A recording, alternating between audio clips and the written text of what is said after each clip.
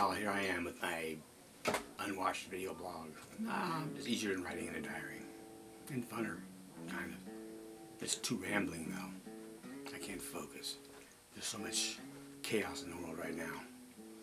This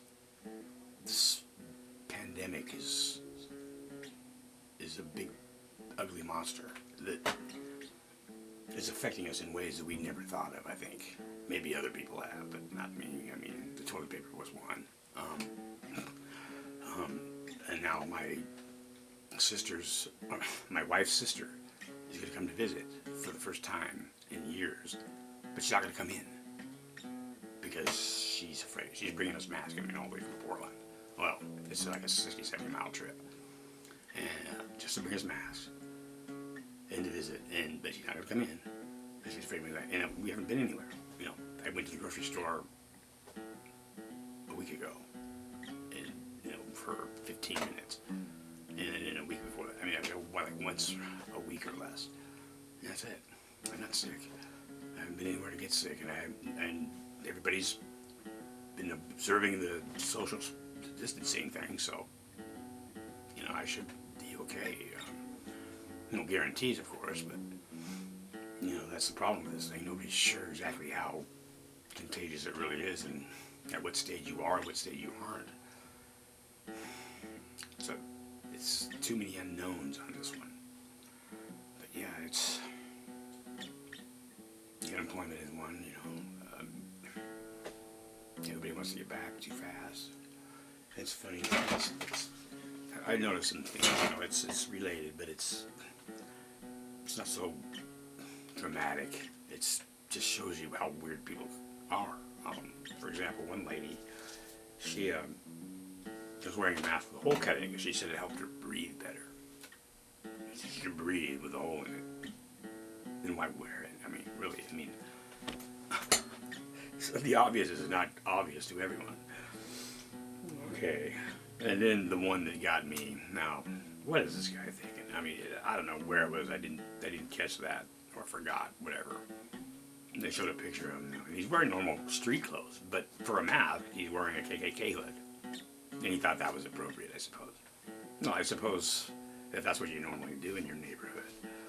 But, people were not amused for obvious reasons. What a horrible symbol of hatred.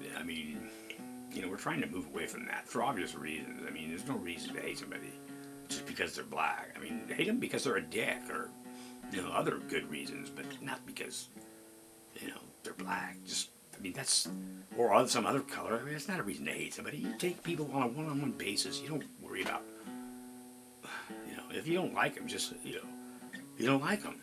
But you can't, I have not been around a lot of black people. Where I went to school, there was like one or two, and they were not any different than us, other than their skin color. They didn't even have, black language. I don't know. It's like an accent. Everybody knows what I'm talking about. But so I haven't had a lot of opportunity to meet and befriend. And when I was in the military, one of my best friends of all time just happened to be black. I was the best man at his wedding. And I feel, people go, white people go, yeah, well, some of my best friends are black. And everybody thinks that's a racist thing. But where I'm coming from, that's not racist. I just haven't had the opportunity. There's not very many around. There's more now than I've ever seen. And like I said, I just take people on a one-on-one basis. I don't care what color your skin is. I've never been racist. I joke about it, and there's a thing about black people that bothers me. The ones that are trying to better and get over this racial indifferences, move on. That's great. But the ones that use that word all day long, over and over, and then get offended when someone else does it, that's crazy. Don't use it. That word, that N-word, should be abolished. They should put a big monumental tombstone, 10 feet tall, and put that word on it.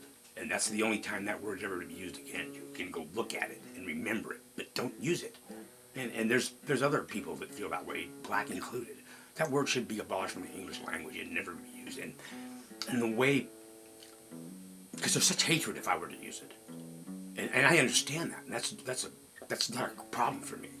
What's a problem for me is the casual way that you use it amongst each other. And with that still same hatred. That would be like me calling my best friend a stupid fucking idiot. And that's what I call him. All the time. Over and over. You know.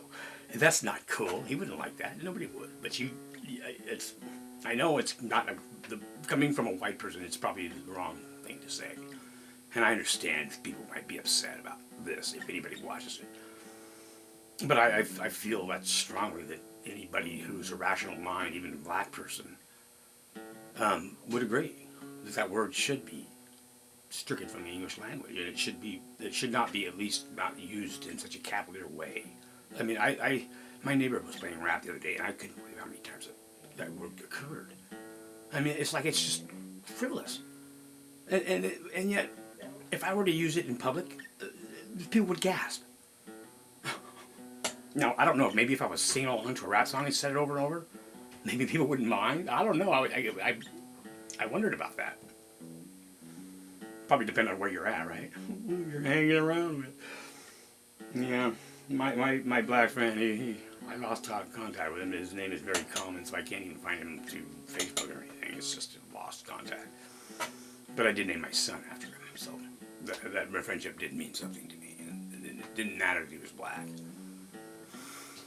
He was a good friend, and he had my back, and that's what a good friend would do. I've had a couple others, but most of the people I've had friendships with were only waiting for an opportunity to strike, it seems. And I'm very picky when it comes to my friends, because I've had a lot of them stab me in the back. Like, you trust them.